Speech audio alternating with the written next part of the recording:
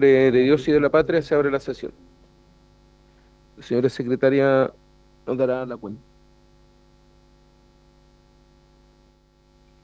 Presidente, para esta sesión se han recibido los siguientes reemplazos: el diputado Jaime Sáez, la diputada señora Camila Rojas, la diputada Marta Bravo, reemplazará al diputado don Gastón von Mühlenbrock, la diputada Emilia Schneider reemplaza a la diputada Gael Llomas y el diputado Daniel Lilayú al diputado Felipe Donoso. Igualmente, se ha excusado el director de INACAP, el rector don Lucas Palacios.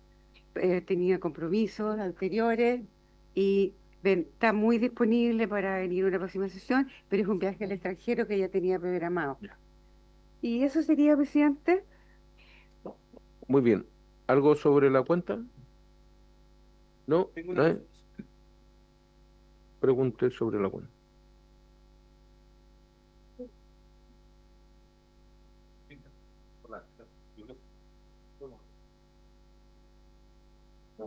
Gracias, presidente. Quisiera consultar respecto al proyecto que se vota hoy día en el Senado sobre permisos sectoriales, saber si ese proyecto, consultarle a la Secretaría, necesita ser revisado como una sesión similar a la que tuvimos ayer, a la vuelta del Senado, antes de pasar a la sala de la Cámara. Quisiera saber si eso corresponde reglamentariamente o si es algo que hay que solicitar mediante los comités.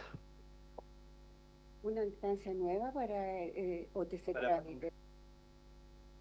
Para pronunciarnos respecto a los cambios del Senado.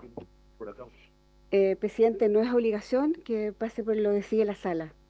Sí, depende cuántas indicaciones y cuál es el compromiso, hay una serie de cosas y el TC trámite no necesariamente es obligación que pase por la comisión, lo acuerdan los comités.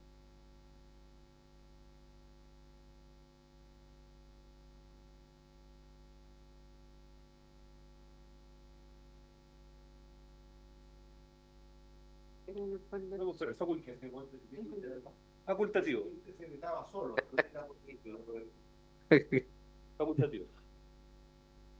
Ya, ¿algo sobre varios? ¿Algún punto varios? Diputado Sauer, vamos. Sí, presidente, hace unos días le solicitamos a la directora de presupuesto que nos mandara un oficio respecto a la ejecución presupuestaria de vivienda. A mí, francamente, me lo hizo llegar por WhatsApp, digamos. Pero quería insistir en que me lo mande por oficio, por favor. Muy bien, ¿de acuerdo? Sí, de acuerdo. ¿Se lo... Sí, sí, lo veo. ¿Algún otro punto? ¿No? Muy bien. Continuamos entonces con el objeto de recibir audiencia respecto al proyecto de ley que crea el nuevo instrumento de financiamiento público para el estudio de nivel superior y un plan de reorganización y condonación de deuda educativa. Está con urgencia calificada de suma y están invitados, bueno, eh, como todas las sesiones, el subsecretario de Educación Superior, señor Víctor Orellana. Bienvenido, subsecretario. Y para las audiencias, don Osvaldo Corrales Jorquera, presidente del CUESH. Bienvenido, don Osvaldo, rector de la Universidad de Valparaíso, y don Federico Valdés Lafontaine, rector de la Universidad del Desarrollo. Bienvenido, don Federico Valdés. Entonces, tiene la palabra don Osvaldo para que comience su exposición.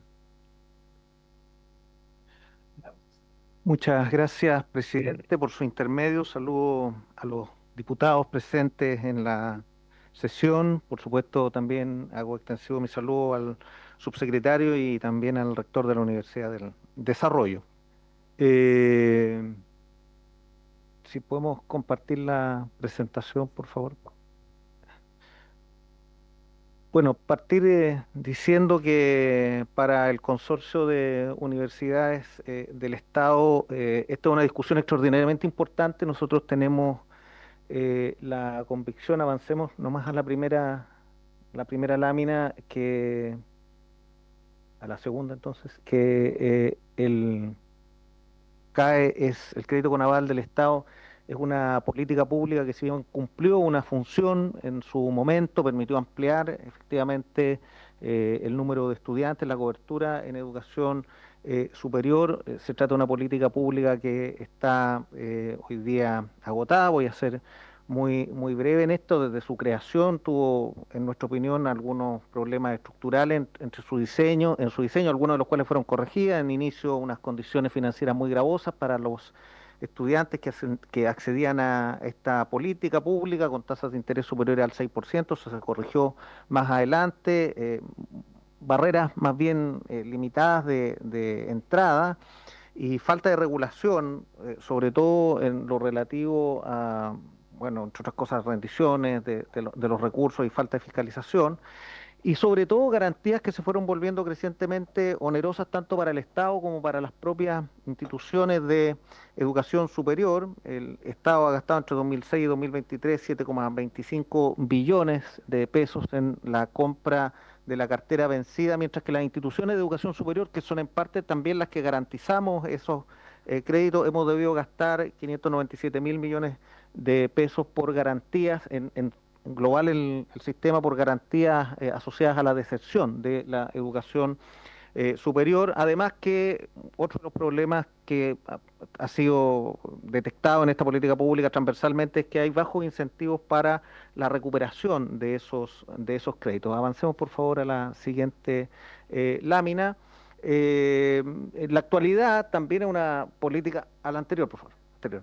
En la actualidad también hemos visto cómo la morosidad del CAE ha ido aumentando, ha ido creciendo. En 2024, según datos de la Comisión Ingresa, la morosidad del CAE alcanzó entre los egresados, entre quienes lograron terminar las carreras, casi un 60%, mientras que en los desertores esa morosidad alcanza al 83,9%, esto según datos de la última cuenta pública de la Comisión Ingresa, siendo la morosidad total de casi 65%. Lo anterior, por supuesto, ha hecho crecer el monto de las obligaciones del Estado por garantía y amenaza al sistema de educación superior con volverse económicamente inviable. En 2024, el monto total de garantías pagadas por el Estado fue una cifra cercana a 11 millones de UF, que es casi un 20% más que lo que se había pagado por esas mismas garantías el año anterior.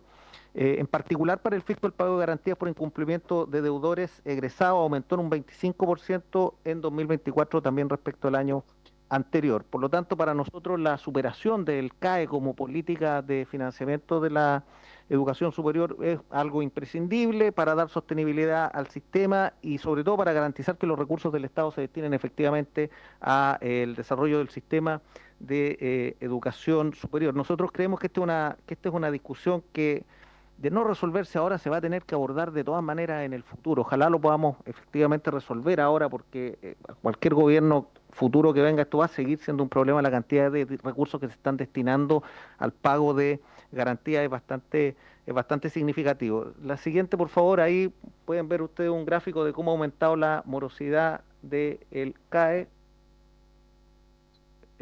Si podemos, estamos ahí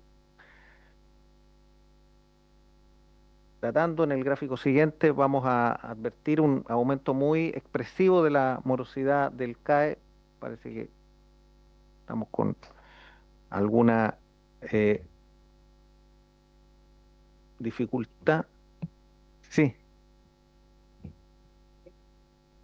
no hay problema.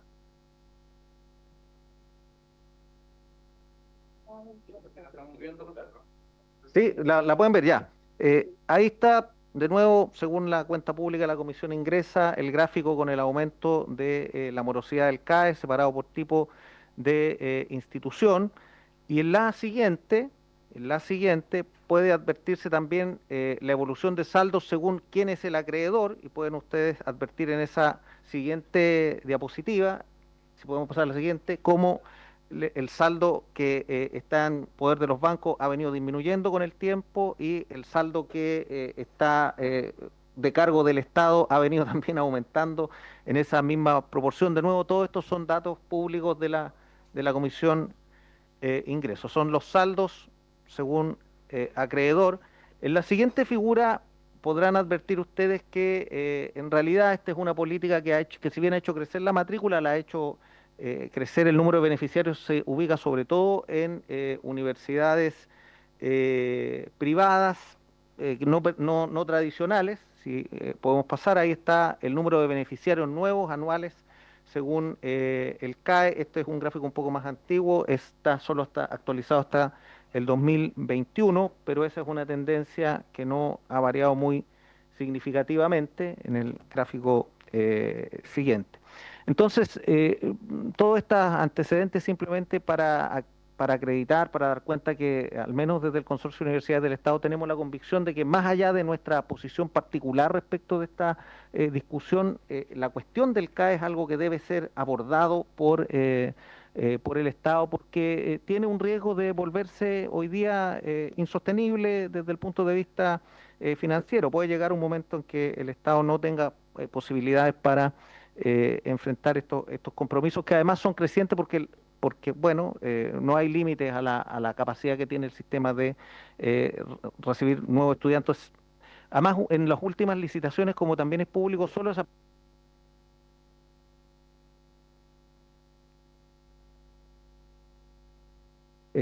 presentado Banco Estado, lo que indica que tampoco hoy día es atractivo para los bancos presentarse. Bueno, nosotros en la siguiente lámina, ustedes conocen el proyecto, yo no voy a redundar sobre de qué se trata el proyecto. Desde el Consorcio de Universidades del Estado, para ser muy breve, nosotros vemos algunos efectos positivos para el sistema. En primer lugar, de aprobarse una iniciativa como la que se está planteando del nuevo financiamiento de educación superior, o con las correcciones que se tengan que hacer, un sistema como el propuesto supondría en principio una rebaja en el costo público en el mediano plazo, derivado del ahorro tanto por compra de cartera vencida y de la mayor recuperación que se prevé que este modelo tenga dada la forma de pago. También incorpora una regulación que para nosotros es importante cuando se trata de recursos públicos, por transparencia y de rendición también de cuentas respecto de la utilización de esos recursos. Algo que yo sé que es polémico y que probablemente va a ser rebatido en esta misma sesión, pero que desde el Consorcio de Universidades del Estado nosotros no lo vemos como algo negativo, dado el estado en que se encuentra el desarrollo del sistema de educación superior chileno, es incorporar cierta racionalidad al crecimiento de la matrícula, que tal como está planteado en el proyecto son equivalentes a las que tiene la gratuidad, lo cual para nosotros es coherente con el origen fiscal de los recursos, pero también con la necesidad de otorgarle algo de racionalidad a la forma en que se está desarrollando el sistema de educación superior chileno. Esa es una discusión que da para una sesión completa, digamos, cómo ha crecido, digamos, la matrícula en determinadas carreras, los problemas de empleabilidad que se están generando en algunos casos. Bueno, nosotros creemos que es necesario incorporar algo de racionalidad en el crecimiento de un sistema de educación que ya tiene una cobertura muy amplia.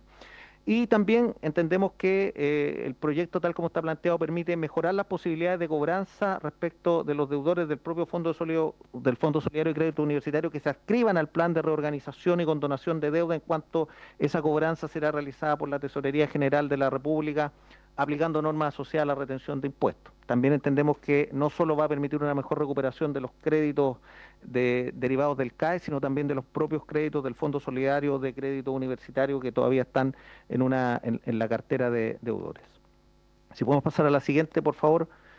Ahora, desde el punto de vista de las instituciones, y aquí hablo particularmente de las instituciones que están adscritas a gratuidad, se corrige un efecto que nosotros hemos venido reclamando hace un tiempo, que tiene que ver con el diseño de la gratuidad y que está expresado en el artículo 108, que permite que los estudiantes reciban financiamiento por gratuidad solo durante el periodo teórico de duración de sus carreras, de sus programas. Ya que el nuevo sistema de financiamiento permitiría cubrir un año más adscribiendo a esos estudiantes a esta nueva forma de financiamiento.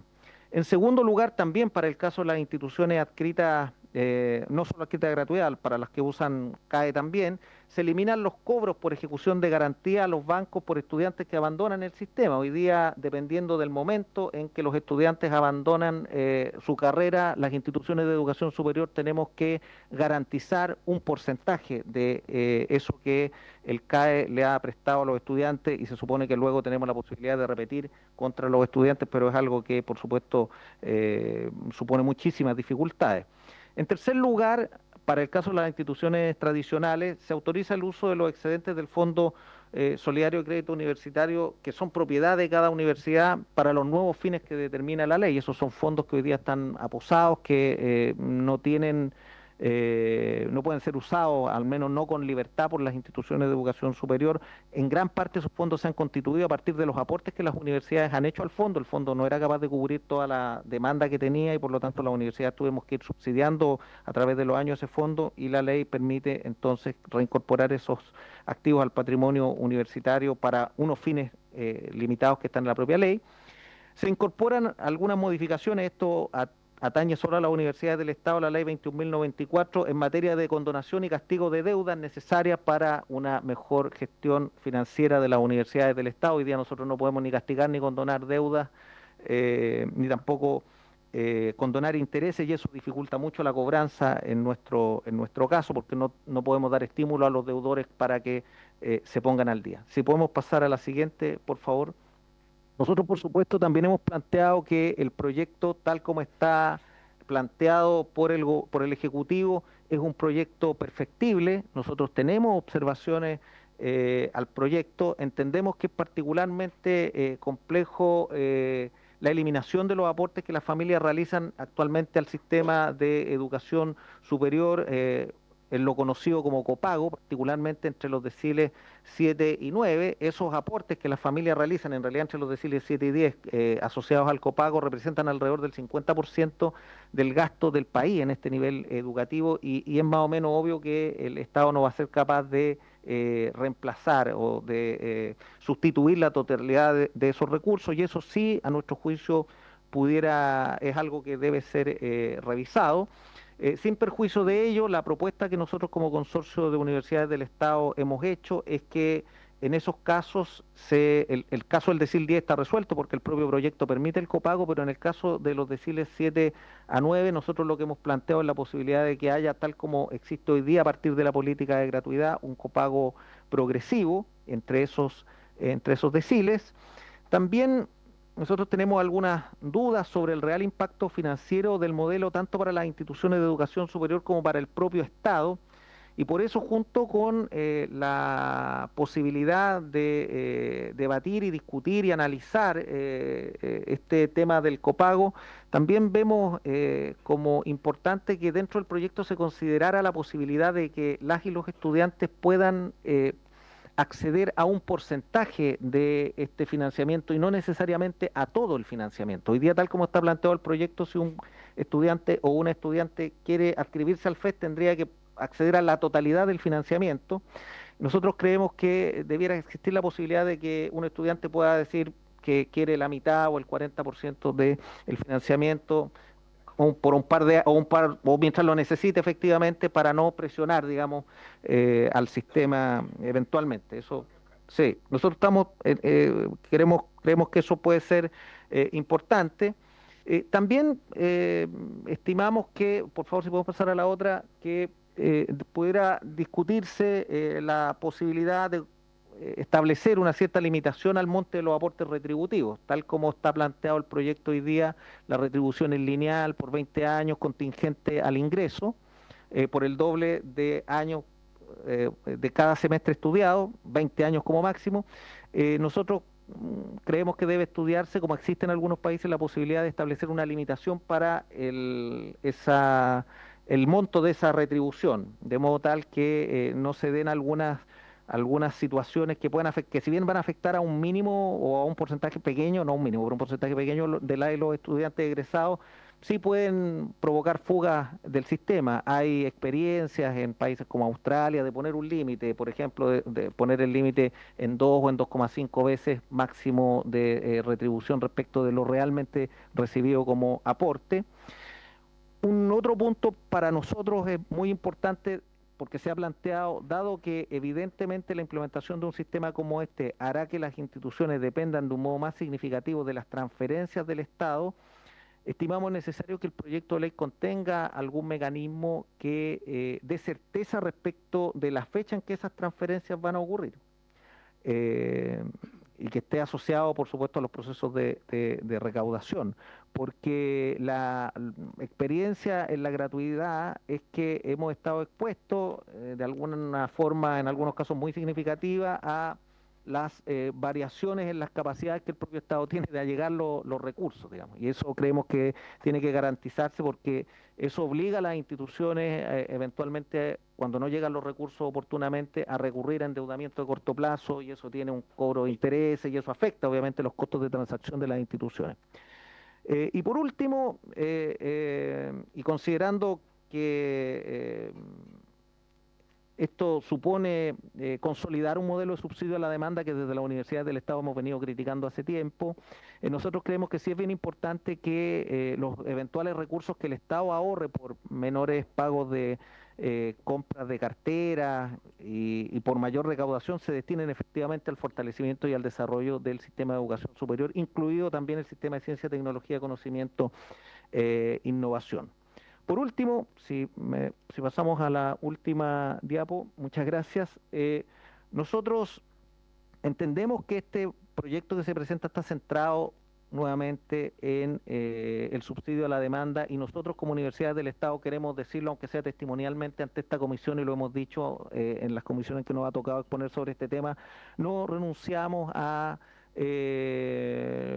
nuestra convicción de que el sistema de educación pública en general y el sistema de educación superior pública en particular no puede estar financiado de la misma forma que se financia la educación privada, porque la educación pública cumple un rol diferente, tiene una misión diferencial. Nosotros creemos que la educación pública en general y la superior en particular debe estar financiada, no exclusivamente, pero sí sobre una mayor proporción de aportes basales, porque este tipo de modelo genera distorsiones en la oferta. Por supuesto, tiende a potenciar la oferta de aquellas carreras que tienen más demanda. Por supuesto, si se financia la matrícula, ¿qué decisión va a tomar una universidad sino fortalecer aquellas carreras que tienen más matrícula? Y hoy día tenemos un problema, las pedagogías tienen poca matrícula. ¿Cómo las vamos a sostener ante la evidente necesidad que el país va a tener en el futuro de tener profesores, si lo que la política pública nos dice es tenga carreras que tengan estudiantes porque le vamos a financiar el número de estudiantes y tienda a cerrar las carreras que tienen menos estudiantes porque al final del día se van a volver insostenibles? Nosotros creemos que el subsidio a la demanda no puede ser el único mecanismo, mucho menos para sostener la educación pública. Eso no es así en casi ninguna otra parte del mundo y nosotros no renunciamos a esta demanda histórica que las universidades del Estado han tenido de contar con mayores aportes basales precisamente para sostener aquella parte de la educación superior que por motivos que pueden ser contingentes, hoy día tiene o expresa, por ejemplo, bajas en las demandas o históricamente ha tenido poca demanda, lo que no quiere decir que esas disciplinas tengan poco valor para el desarrollo de la sociedad. Es cuanto puedo decir, presidente, y muchísimas gracias por el espacio. Muchas gracias, don Osvaldo. Tiene la palabra don Federico. Las universidades del Estado, tenemos que tener diferentes miradas, digamos. Sí, por eso le propongo que lo escuchemos y después le hacemos las preguntas a los dos, pues como resultó más eficiente ayer, yo encuentro eso, ¿o no, diputado Sauer? Sí. Tiene la palabra don Federico, muchas gracias. Bien, mi presentación la tienen ustedes. Para...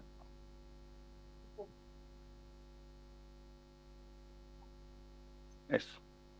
Parto por establecer un par de puntos básicos. Lo primero es que la decisión que se va a tomar acá en el Congreso va a traer una gran influencia, va a tener efectos, por supuesto, sobre el sistema de financiamiento de las universidades o a la educación superior. Por supuesto, a las familias de quienes estudian educación superior, pero también la va a tener sobre la capacidad del país para crecer, para innovar, para mejorar la productividad. En síntesis, para que las personas tengan un mejor futuro. O sea, la competencia por el crecimiento está a nivel mundial, y Chile tiene que ganar esa competencia. No estamos solos en no estamos solos en esta cancha. Los demás no están mirando lo que Chile hace. Los demás están tratando de hacerlo mejor que nosotros, y eso en un mundo global como el que tenemos hoy día resulta muy, muy evidente. Em, y esta ley va a tener efectos sobre eso sin ninguna duda. Les cuento en un minuto sobre la Universidad del Desarrollo y les cuento sobre nuestro nacimiento. Nosotros nacimos en la ciudad de Concepción. Estamos en Santiago, donde está la parte más grande de nuestras actividades, pero nosotros nacimos en Concepción. Nacimos en Concepción, donde tenemos hasta el día de hoy 4.500 alumnos, con una composición de aproximadamente 62% entre egresados del sistema municipal y subvencionados, y un 38% por supuesto de colegios particulares. El 48% de nuestros alumnos en Concepción estudia con CAE y un 72% estudia con becas que da la universidad.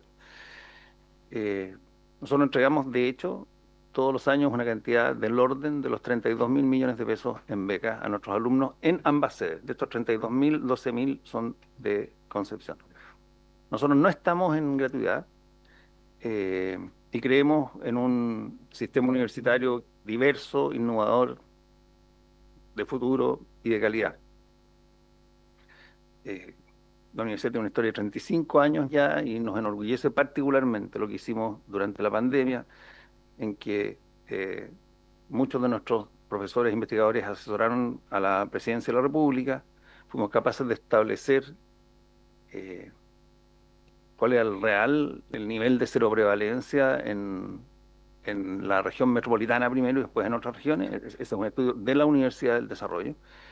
Y después también a través del Instituto de Data Science pudimos establecer cuán efectivas eran las cuarentenas, con un sistema que consistía en mirar cómo se desplazaban los celulares anonimizados en las ciudades cuando se establecían las cuarentenas.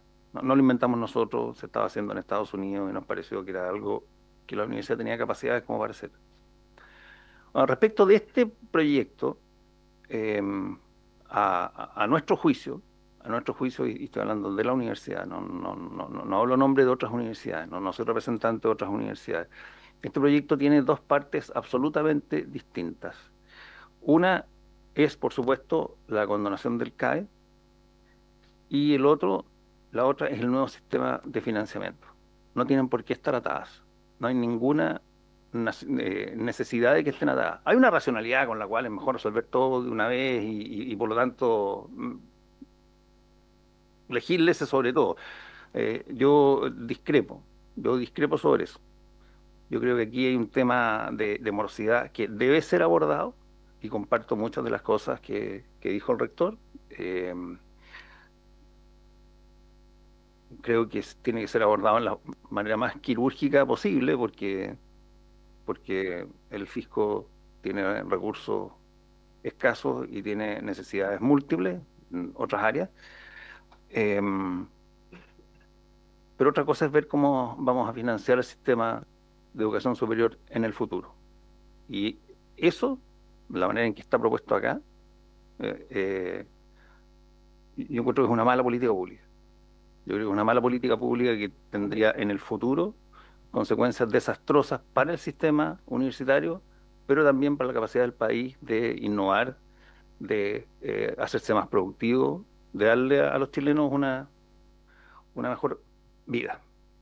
Y por lo tanto, yo creo que esas dos discusiones deberían separarse. Y la del financiamiento universitario debería discutirse por todo el tiempo que sea necesario, no con el apuro que hace que muchas veces terminemos en soluciones muy lejanas del óptimo y con consecuencias que no estaban pensadas.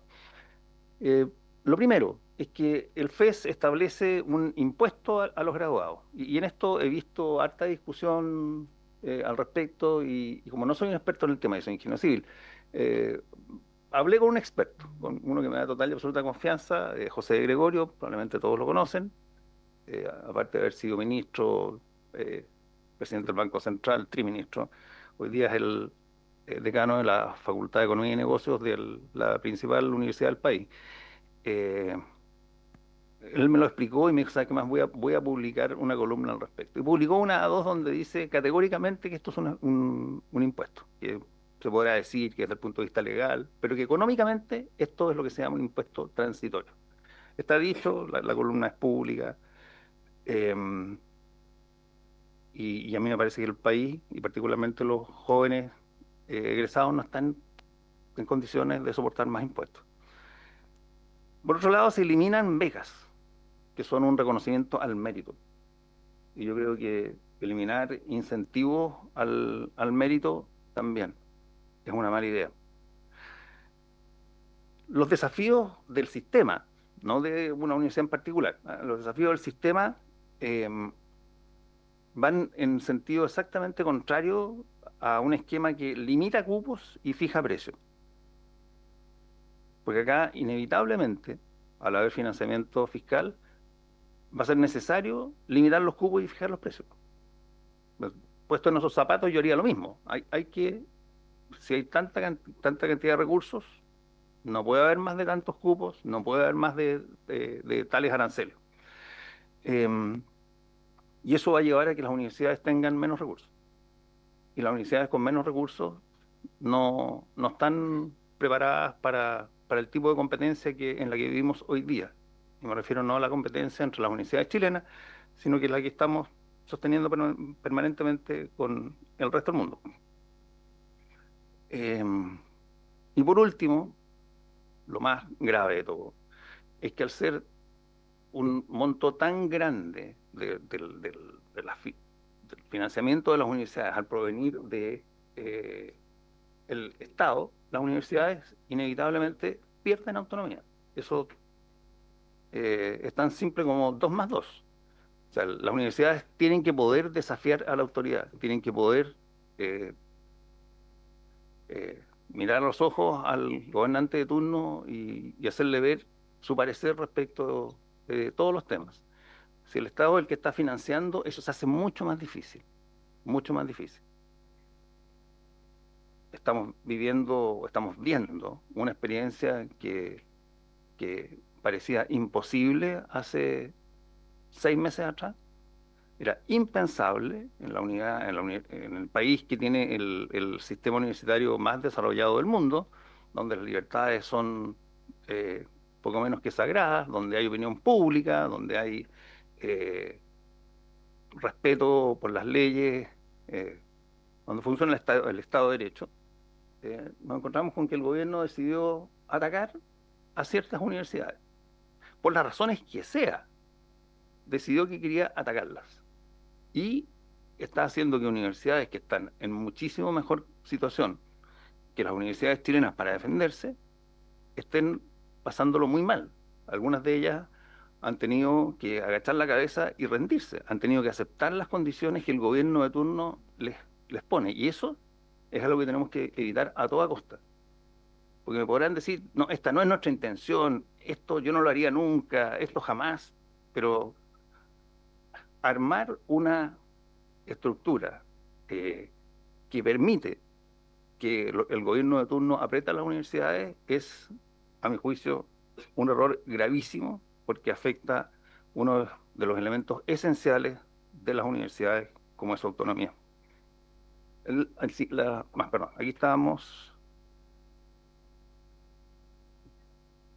Aquí hay un estudio que entiendo que hizo Lauren Derden y que la misma autoridad patrocinó o apoyó en que se establece que hay un número importante de egresados que van a pagar mucho más de lo que el Estado pagó por sus estudios. Y eso, suponer que se puede hacer esto sin consecuencia, yo creo que es un error. O sea, yo les garantizo que con un sistema como este, mucho más temprano que tarde, vamos a tener asociaciones de médicos marchando por las calles, porque se van a dar cuenta que están pagando muchísimo más que lo que pagan los demás. Porque yo que estudié medicina y que hago esto y lo demás allá por el país, tengo que pagar tanto más que lo que estudiaron ingeniería o agronomía o psicología o qué sé yo, porque los médicos, dado que tienen rentas más altas, y este impuesto se calcula sobre la renta de las personas, van a terminar pagando muchísimo más.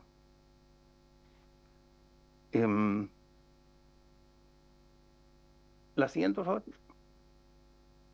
Este es un gráfico de la eliminación de las becas, o sea, parte del financiamiento de esto es eliminación de las becas, que insisto, desde el punto de vista desde el punto de vista de los incentivos que se introducen a los jóvenes estudiantes, es nefasto. Un breve comentario sobre los desafíos reales del sistema. Estamos compitiendo local, por supuesto, pero también globalmente en investigación, infraestructura, en innovación. La innovación es un proceso que, por la manera en que ocurre, necesita de muchos recursos. La innovación es probar nuevas maneras de hacer las cosas y ver si funcionan. Y probar una manera de hacer las cosas distinta de la que se está usando hoy día y normalmente fracasar. Y otra, y otra, y otra. Eso cuesta mucho. Eso requiere muchos recursos, muchas personas, mucho capital. Y por lo tanto, quitarle recursos al sistema universitario al limitar la cantidad o reducir la cantidad que pueden pagar las familias de quienes están estudiando, afectaría sobre todo a las universidades que tienen por vocación el desarrollar la innovación.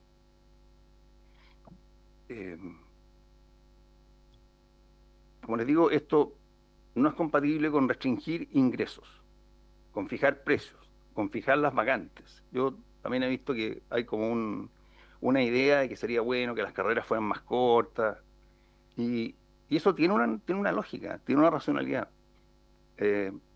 Pero tiene dos problemas asociados. Uno es que los alumnos que estamos recibiendo en el sistema universitario no son, digamos al extremo, los mejores alumnos en promedio los recibe la Universidad Católica. Entonces la Católica probablemente está en mejores condiciones para acortar carreras. Pero no todos tenemos los alumnos que tiene la Universidad Católica. Esto es un continuo. Parte en la Católica y llega hasta las universidades menos selectivas. Suponer que a los alumnos que vienen con una formación menos buena, y después de la pandemia, ¿para qué decir? Se les puede acortar las carreras así como así nomás, es un supuesto muy, muy heroico, que puede tener consecuencias gravísimas.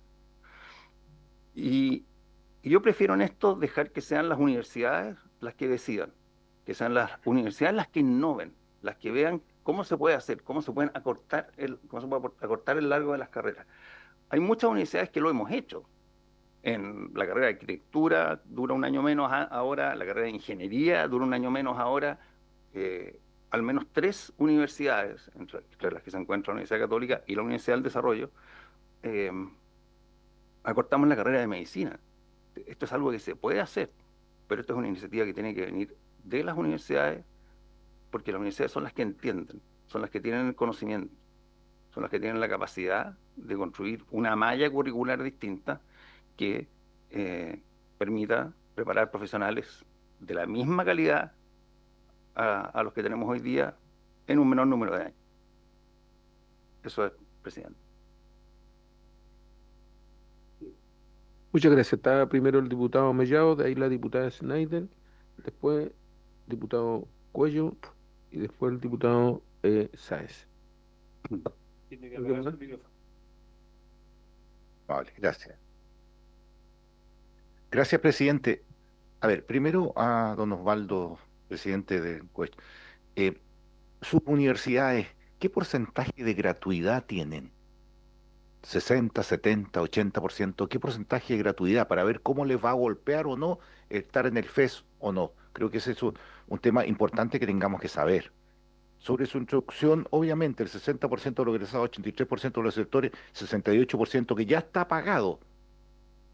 Ya el Estado de Chile, a través de todos los gobiernos, ya pagó ese 68% del CAE, lo tiene en custodia, porque ni siquiera lo ha cobrado, digo, lo tiene en custodia, 68, queda un 26% activo, que todavía no se ha desembolsado. Por lo tanto, acá la directora de presupuesto nos dijo que eran 7.000 millones de dólares que estaba en poder del Estado, ¿cierto? Emposado ahí sin cobrar esos 7.000 millones, y que quedaban alrededor de 5.000 porque eran 12.000, que es lo que está activo el 26% del CAE, ¿ya?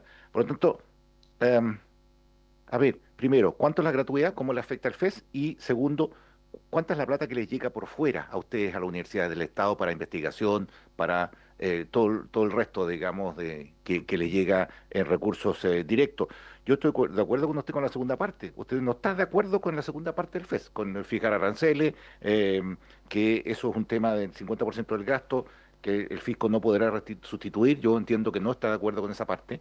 Eh, sí, que me lo puede explicar, digamos, porque sí está de acuerdo con un copago progresivo, tal cual como hoy día está, ¿cierto? En los quintiles, eso, los deciles, perdón, 7, 8, 9, ¿cierto? Que yo diría que el 7 ya casi no existe porque está absorbido por el 6, pero 7, 8, 9 está de acuerdo con el copago progresivo, está de acuerdo también con que se limite el monto de retribución, o sea, no está de acuerdo con que un estudiante que en una universidad gasta 24 millones termine pagando 48, como lo dijo un profesor de la Universidad de Santiago acá, ¿ah? Eso es excesivo, ya está usura, digamos, diría yo.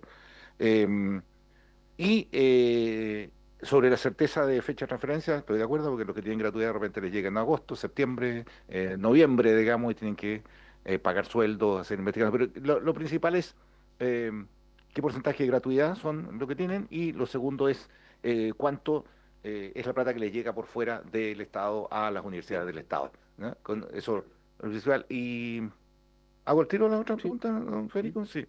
Mire, sobre el tema de impuestos transitorios, estamos de acuerdo. Yo creo que cada uno de los que ha venido, que el tema de que eh, han tratado de desmitificar ayer, que de un impuesto transitorio de todas maneras, que incentivo, eh, ¿ustedes entrarían al FES?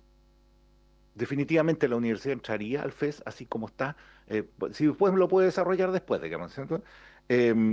Sobre en la ¿qué pasa con la estabilidad financiera de las universidades si les colocan los aranceles, le estancan esto? Ya están complicados, porque si entraran al FES tendrían que estar listos ustedes para entrar a gratuidad, porque cumplirían los mismos beneficios. Entonces, si entran al FES, podrían entrar a gratuidad. Y universidades como ustedes tienen una cantidad de alumnos, una universidad, Andrés Bello tiene otra universidad de alumnos, y no sé si por ahí se desfonda el sistema, porque si están claritos cumplen los requisitos para el FES, también cumplirían los requisitos para la gratuidad. Y eso significa que el sistema se desfondaría porque tendría, no sé, 80.000, 100.000 alumnos nuevos en gratuidad, cosa que es inviable, digamos, en este tema. Pero lo principal de la segunda pregunta es eh, que las instituciones que no tienen fondos directos, ¿cómo pueden seguir haciendo investigación? Eso es todo, presidente. Muy bien, vamos a juntar varias preguntas y de ahí para que las puedan responder. Diputada Zenaida. Muchas gracias, presidente. Yo no soy integrante permanente de esta comisión, pero estoy reemplazando a la diputada Yomans. Pero sí me tocó tramitar este proyecto en la Comisión de Educación en el periodo que fui presidenta de dicha instancia. Y quería hacerle varias preguntas al señor Federico Valdés, pero también comentar y reflexionar en torno a algunos de los supuestos. Usted señalaba que los jóvenes no pueden soportar más impuestos, los jóvenes recién egresados, pero también una podría pensar, y me parecería de toda lógica, que las y los jóvenes no pueden soportar más deuda bancaria con todo lo gravoso que eso supone para su patrimonio, para sus posibilidades de acceder a otros créditos, para sus posibilidades de desarrollar su vida finalmente.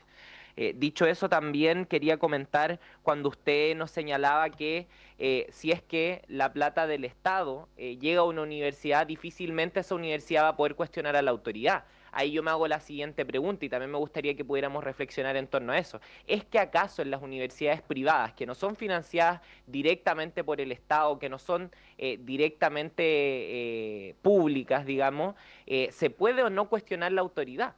¿Por qué? Pongo el ejemplo de la Universidad San Sebastián. Tuvimos una comisión investigadora que se dedicó a analizar la situación del sistema de educación superior, y ahí fueron los propios estudiantes, a través de sus organizaciones, quienes nos vinieron a decir que en la Universidad San Sebastián, por ejemplo, no se podía cuestionar a las autoridades, no se podía organizar, no se podía movilizar, no podía haber voces críticas finalmente a la administración y la dirección de la universidad. Y pongo este ejemplo porque es una universidad que en buena parte se financia con CAE, que se financia casi en un 50%, si es que no me equivoco, con CAE, por lo tanto, con recursos del Estado. Entonces también es muy cuestionable esta idea de que las universidades privadas no tengan financiamiento estatal. si bien no son de propiedad del Estado, a través del CAE, muchas de ellas se financian con recursos que vienen del Estado. Yo quería hacerle una pregunta particularmente al señor Valdés, por su intermedio, presidente, si es que usted cree que es posible resolver el problema de la condonación sin el nuevo sistema de financiamiento. ¿Por qué hago esta pregunta? Primero, por la sostenibilidad fiscal del proyecto, porque la recaudación del FES es lo que permite sostener la parte transitoria del proyecto, y además porque separar estas dos discusiones, la condonación del nuevo sistema, implicaría de alguna manera que se siga emitiendo CAE, y luego tendríamos que condonar nuevamente, cuestión que pierde todo sentido en términos de políticas públicas y de eficiencia del gasto público. Por lo demás, quería señalar que a propósito de lo que se señalaba respecto a la autonomía universitaria, y con esto termino, presidente, en Reino Unido existe un arancel máximo y nadie podría decir que allá se pierda autonomía.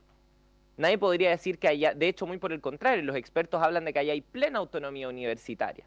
Entonces me parece que es poco afortunado el análisis que se hace cuando se señala que porque hubiera un financiamiento estatal, un financiamiento público, se perdería la autonomía. Dicha cuestión que ocurre en otros países, y no estamos hablando de que allá haya menos autonomía universitaria ni nada por el estilo. Yo creo que son discusiones distintas. Entonces eso sería todo, presidente. Muchas gracias. Muy bien. Diputado Cuello. Sí, muchas gracias, presidente. Saludos a nuestros invitados. Yo quisiera hacer dos planteamientos. Uno respecto de lo que planteó el rector Valdés, su intermedio, presidente, en relación justamente a la pérdida de autonomía de las universidades cuando reciben recursos del Estado.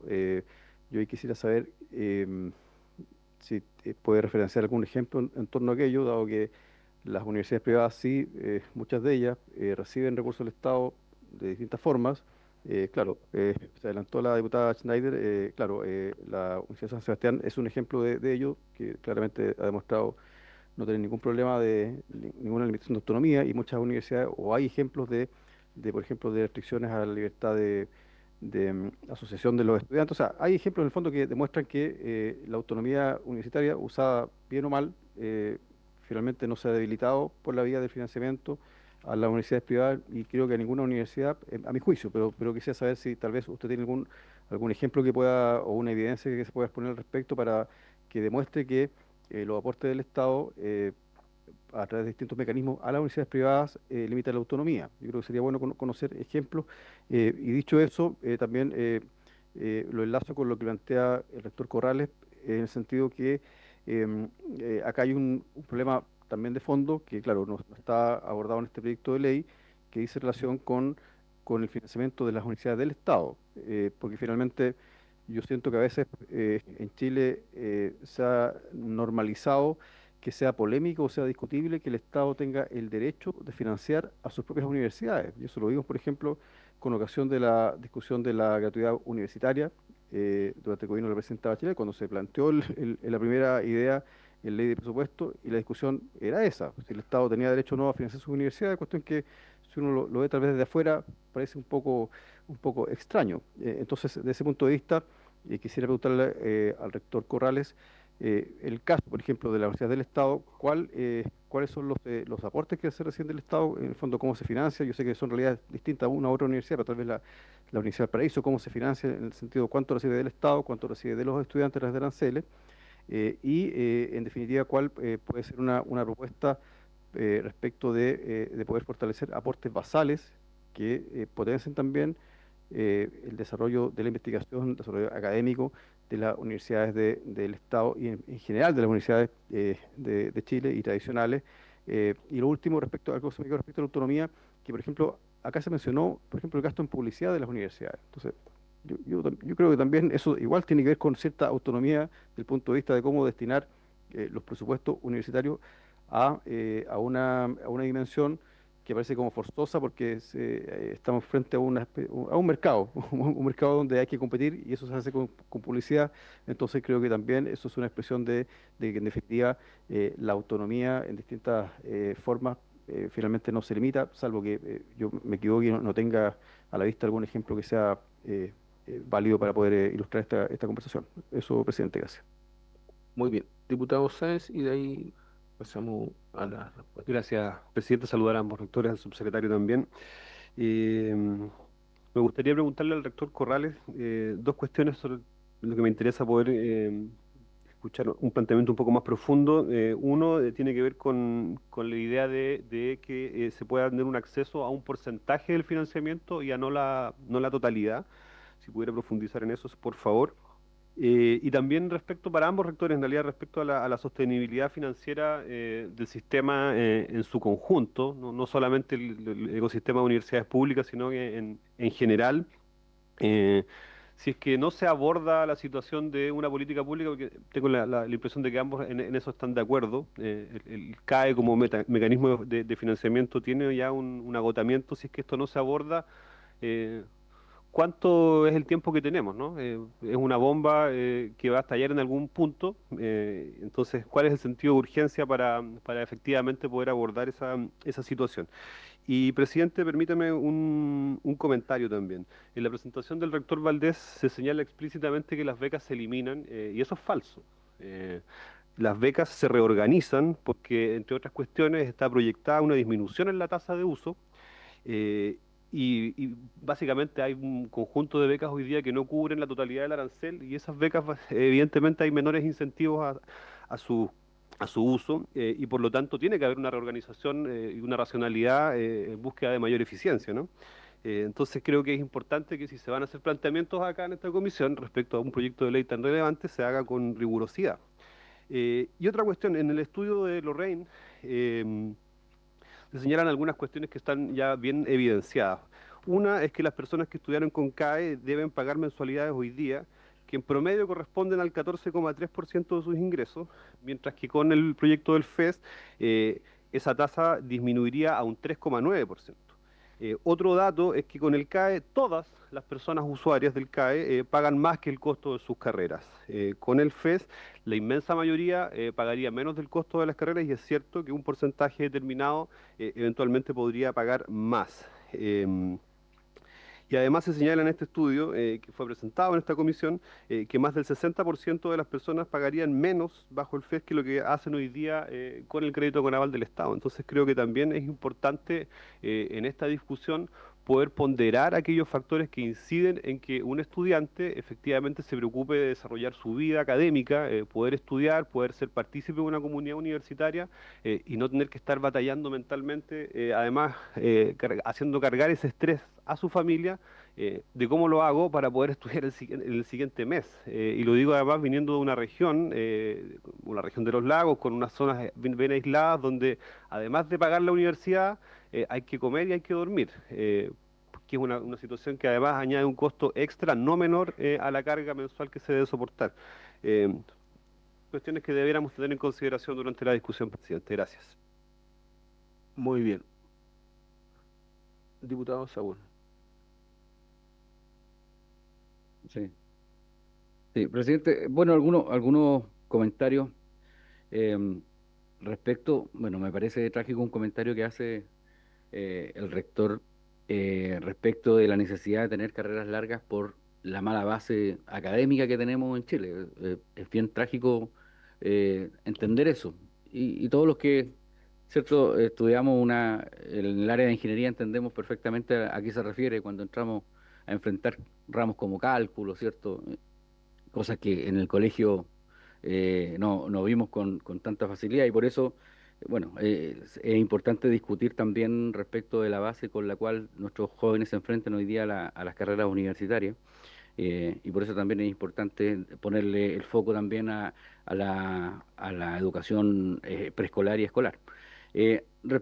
Aquí se ha hablado respecto de la autonomía de las universidades y yo hago una comparación automática respecto a lo que ha pasado con las autonomías de los colegios. Hoy día los colegios no tienen autonomía básicamente porque reciben recursos, ¿cierto?, desde el Estado y reciben textos educacionales a los cuales se tienen que acoger y hay colegios que no están de acuerdo en aplicarlos, pero los tienen que aplicar igual. Entonces es evidente que el que pone la plata pone la música.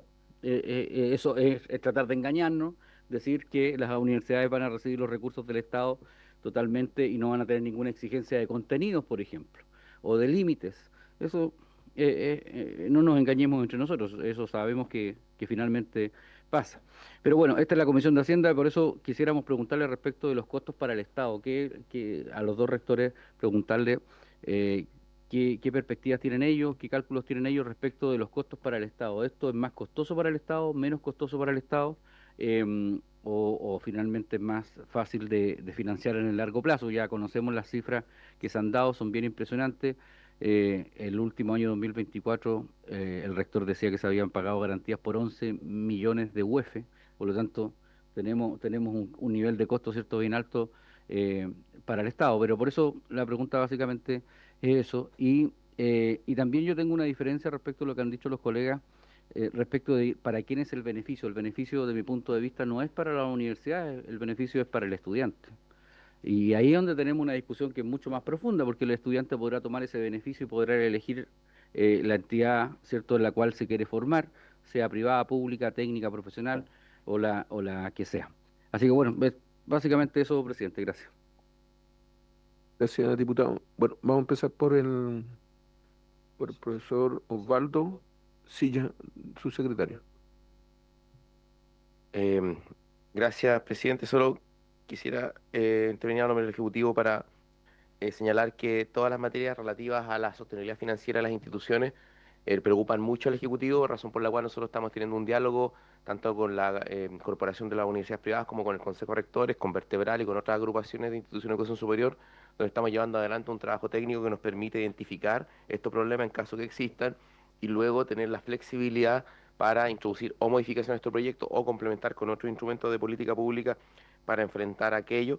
Nosotros tenemos la confianza de que estamos avanzando bien en ese diálogo, de hecho lo estamos trabajando con el Consejo de Rector y con otras instituciones, así que yo sé que la universidad o muchas universidades han propuesto que es el copago la respuesta. Nosotros hemos hecho algunos planteamientos de por qué pensamos que esa no es la mejor solución, pero estamos abiertos al diálogo, creemos en otras soluciones, pero queremos identificar el problema de manera adecuada. Luego, respecto a los planteamientos relativos a la flexibilización del instrumento, el Ejecutivo se encuentra en estudio tanto de modificar los topes máximos de retribución como de la propia flexibilización en el porcentaje de suizos, son materias a las que estamos abiertos a estudiar modificaciones.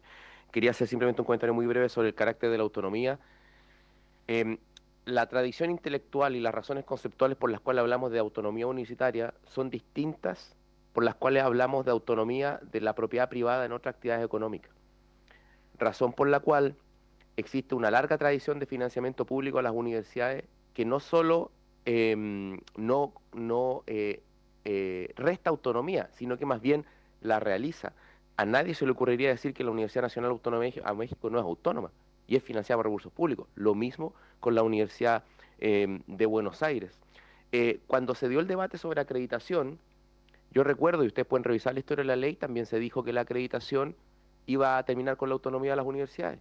Y hoy día uno de los aspectos que nos orgullece de nuestro sistema de educación superior es el aseguramiento de la calidad. Y yo preguntaría hoy día, y aprovecho por su intermedio, presidente, hacerle consulta, no necesariamente a nuestro invitado, si alguien podría decir que el sistema de aseguramiento de la calidad vulnera la autonomía de las universidades. Les pido que reconstruyan la historia de la ley. La autonomía de las universidades descansa en la especificidad que aquellas tienen para efectivamente hacer planteamientos críticos, para construir conocimiento, y en la tradición de América Latina las universidades han sido al mismo tiempo financiadas por el sector público y con una amplia autonomía, partiendo por las propias universidades del Estado. A diferencia de materia de educación escolar, donde el Ejecutivo contempla la posibilidad de establecer un currículum, aquella posibilidad no existe en la universidad, y enhorabuena que así sea. Y enhorabuena que así sea, porque las universidades deben tener plena autonomía. Y en el caso de la tradición chilena, tenemos hace mucho tiempo un sistema financiado fundamentalmente por recursos públicos. La pregunta es, como se ha señalado insistentemente, ¿cómo articulamos la necesidad de regular recursos públicos, porque los tenemos que regular, porque efectivamente tenemos que tener responsabilidad fiscal, con un sistema fundamentalmente privado en matrícula y de alto nivel de autonomía? Y ahí lo que nosotros quisiéramos decir es que el problema a resolver no es el problema de la autonomía, es que cuando hay recursos públicos y no hay regulación, hay aumentos de precios que son difíciles de explicar por costo y por rentabilidad, y que luego derivan en una carestía tanto para el fisco como para el sector, como para las familias, que creo que difícilmente pueden ser imputadas a labores de innovación y transferencia tecnológica, dado que si ustedes examinan la expansión de la matrícula durante los últimos 15 años, no ha coincidido con un aumento de la productividad laboral. La productividad laboral está estancada en el momento de mayor disposición de stock de profesionales en el, eh, digamos, en el mercado ocupacional. Y sobre la duración de las carreras, el Ejecutivo está, y lo hemos planteado acá, va a hacer una modificación legal que no establece un acortamiento normativo y vinculante de las carreras, sino que crea espacio institucional. Cuando presentemos el proyecto lo vamos a explicar de mejor manera, que tiene que ver con la modificación de las plantas del sector público, donde todavía se exigen el criterio de 10 semestres en muchos servicios públicos, que va a permitir que el propio proceso de las instituciones de modernización y flexibilización de sus trayectorias académicas no tenga impedimentos por parte de diseño de plantas profesionales en el Estado que son extemporáneas. Eso es todo, no se trata de imponer una duración determinada de las carreras. Muchas gracias, presidente. Muy bien. Tiene la palabra entonces don Osvaldo y de ahí don Federico para responder las preguntas de los diputados. Muchas gracias, presidente, por su intermedio. Me hago cargo de las preguntas que se nos han hecho. La primera pregunta que se me hacía era ¿qué porcentaje de estudiantes con gratuidad tienen las universidades estatales? Quiero decir en primer lugar que las universidades estatales, a diferencia de las otras instituciones del sistema de educación superior, no tenemos la opción de no estar en gratuidad. Tenemos normativamente el deber de estar en gratuidad. Esto quiero decirlo porque a propósito de lo que se discute me parece necesario aclarar. Dicho eso, tenemos una situación muy heterogénea a lo largo del país en términos del porcentaje de estudiantes adscritos a gratuidad en cada institución de educación superior, pero en promedio, diputados, debemos estar entre el 60 y el 65% de estudiantes de nuestras universidades adscritos a gratuidad. Varía bastante en volumen, pero me parece que entre el 60 y 65% también varía año a año ese porcentaje. ¿Ah? El resto es las universidades del Estado. Tenemos, como pudimos ver en la presentación, un porcentaje muy chiquito CAE, becas, es básicamente la fórmula de financiamiento. CAE, muy poquito, becas, y también tenemos un porcentaje de lo que llamamos pago de familia, que probablemente se sitúa en torno al 7% en nuestras instituciones, es decir, de personas que provienen del 10º decil, que estudian en nuestras universidades y que sus familias son las que sufragan sus estudios. También hay pago de familia. Eso es más o menos la composición del pago. Luego, por supuesto, es muy heterogéneo. La Universidad de Chile es una realidad muy diferente al del resto de universidades, sobre todo, y hay una gran distancia también entre las metropolitanas y las de regiones. Pero hablando en número grueso, eso debiera ser más o menos la distribución. ¿Qué porcentaje recibimos de aportes basales? No quiero darles una lata muy larga, pero el financiamiento de las universidades, del sistema de educación superior y de las universidades del Estado es bien complejo. Quiero decir que las universidades del Estado no somos las únicas que recibimos aportes basales en el sistema de educación superior chileno, lo reciben también las universidades privadas tradicionales, por ejemplo, las universidades del llamado G9, ¿no es verdad? Las católicas, y la Austral, la Santa María y la Universidad de Concepción. Entonces, el único aporte que recibimos exclusivo, las universidades del Estado recibimos solo 2 aportes exclusivamente, que digamos son el aporte que el tributo que el Estado hace a nuestra condición de instituciones públicas, cuyo patrimonio es patrimonio público también. El aporte institucional a las universidades del Estado, que si la memoria no me falla, el año pasado rondó los 80.000 millones de pesos en global, si la memoria no me falla, a distribuir entre 18 instituciones, una distribución lineal de eso da algo así como 4.400 millones por universidad. No se distribuye así, hay cuestiones de volumen que intervienen también de algunos otros criterios para su distribución, pero digamos que son 4.500 millones si las distribuyéramos linealmente, no se distribuyen de esa manera, y un aporte que ha durado, que termina en 2027, que es el plan de fortalecimiento de las universidades del Estado, que anualmente, de nuevo, tampoco funciona linealmente, pero eran 300.000 millones en 10 años, algo así como 30.000 millones por año, a distribuir de nuevo entre 18 universidades, lo que da algo así como 1.400 millones por universidad, si se distribuyera linealmente, pero tampoco se distribuye de esa manera. Por lo tanto, los aportes exclusivos que recibimos las universidades del Estado varía, pero no deben explicar más de entre el 5 y el 7% de nuestro presupuesto global. Luego, participamos con las universidades tradicionales, privadas de la distribución de algo que se llama aporte fiscal directo, al que no están adscritas las universidades privadas que fueron creadas luego de los 90, que no pertenecían al sistema tradicional.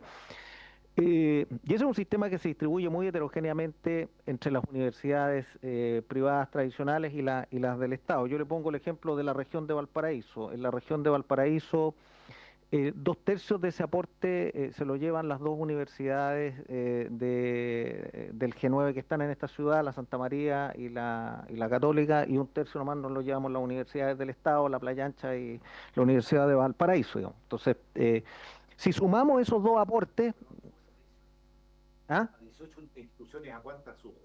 A 18 más 9, 27. A 27 instituciones. Pero de nuevo, se distribuye muy heterogéneamente, por eso le decía, aquí somos 4 instituciones, 2 privadas tradicionales, 2 estatales. Las privadas tradicionales se llevan 2/3 de ese aporte, las estatales nos llevamos, sumadas las dos, 1/3 de ese aporte. Si sumáramos ahora a eso, a los aportes basales, que no son realmente basales, porque son competitivos, pero bueno, digamos que son basales, lo que recibiríamos como aportes basales en promedio, menos del 15% de nuestros presupuestos. Pero yo quiero, porque alguien dirá, ya, y ese es dinero con las que las otras no cuentan. Sí, pero las universidades del Estado en particular, sin embargo, vemos grabados nuestros costos de transacción por nuestro carácter de servicio público. Voy a poner un puro ejemplo. Nosotros tenemos que hacer todas nuestras compras a través del sistema de mercado público. Yo recibo todos los días mail de profesores diciéndome, a mí en mercado público un pasaje aéreo me cuesta 2 veces lo que podría yo encontrarlo en alguna plataforma online donde se vendan pasajes aéreos. ¿Necesito extender 5 minutos de prensa?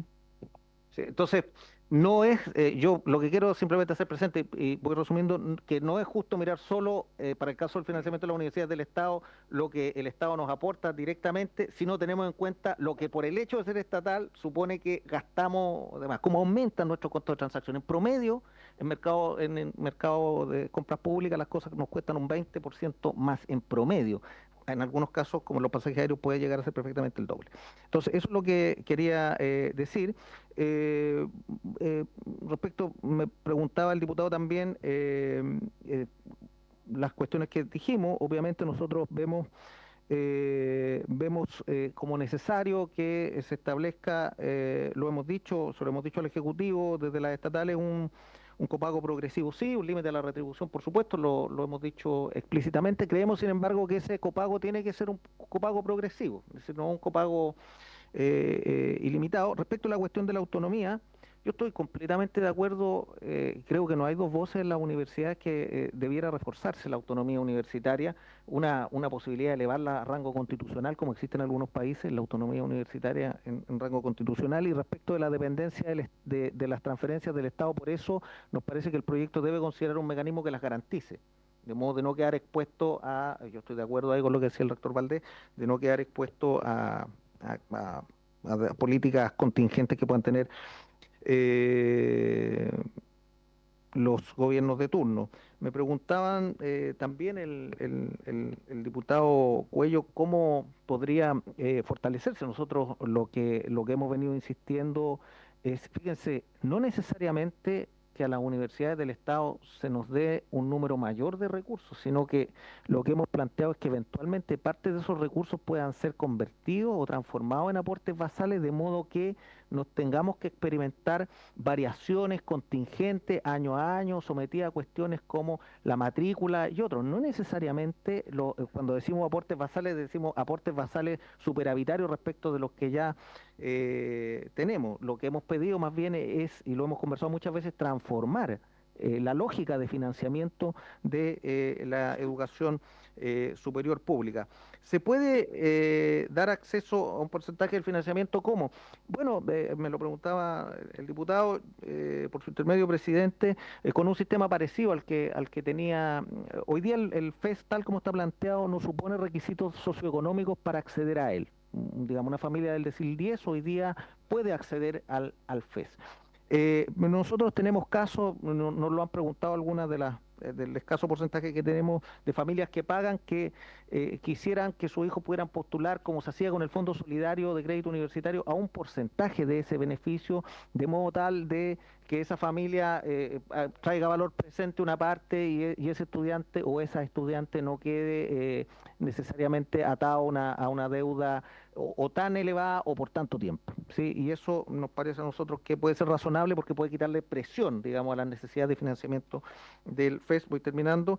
Y ¿cuánto puede aguantar el CAE? Me preguntaba el diputado. Yo no podría anticiparlo. Nosotros lo que vemos con preocupación es precisamente que el porcentaje destinado a la recompra de cartera ha ido aumentando.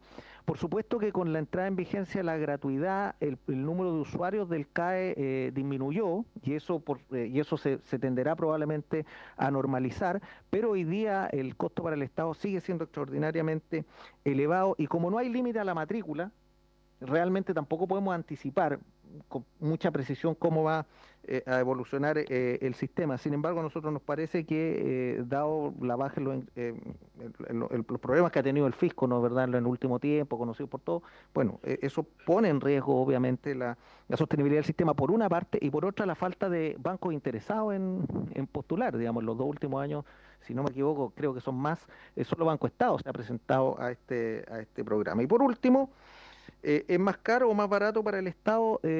Probablemente este es un proyecto que, hasta donde yo vi el informe económico, requiere de una inversión inicial del Estado, pero que en régimen, sin embargo, dada su mejor recuperación, debiera ser, por una parte, más sostenible y por otra parte también permite que los recursos se destinen efectivamente a educación, que es una de las cuestiones que nosotros hemos discutido, que es que no perdamos de vista que esta plata al final va a sostener al sistema bancario, digamos, o sea, se distrae de su propósito final. Yo hago un último comentario, con esto cierro. Alguien decía que quien pone los recursos como que dicta lo que va a ocurrir.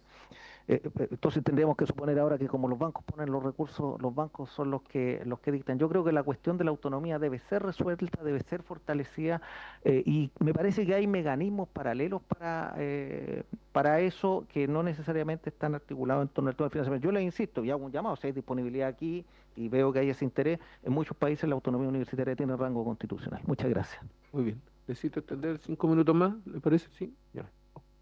Tiene la palabra don Federico.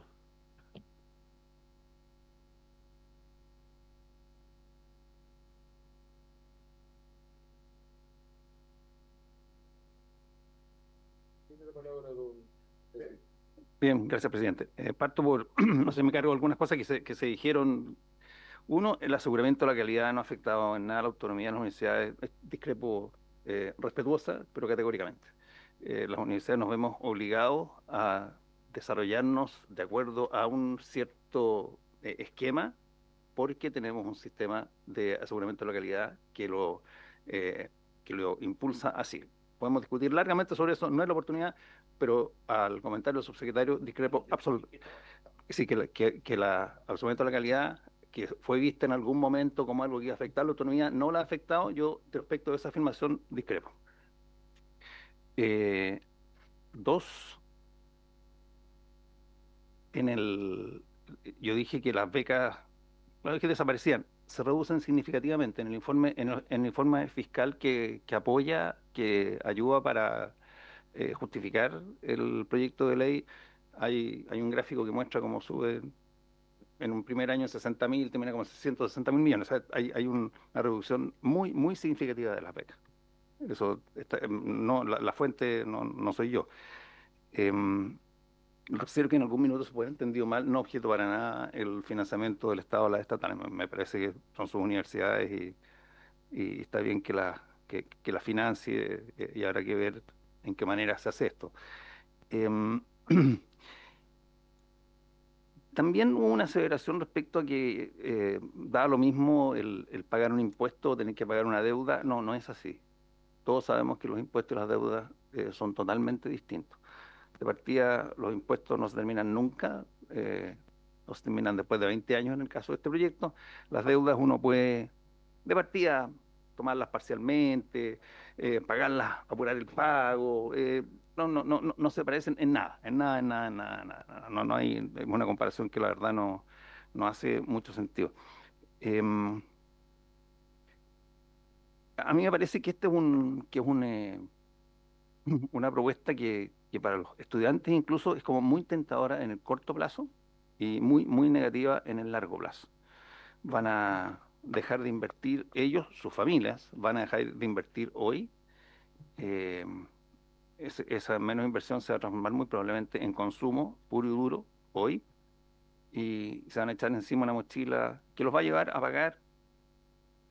Pensemos en el sueldo de un profesional que egresa 2 años después de este sistema.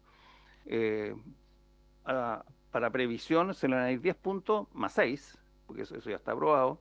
Para salud, 7 más. Para seguros, otros 3.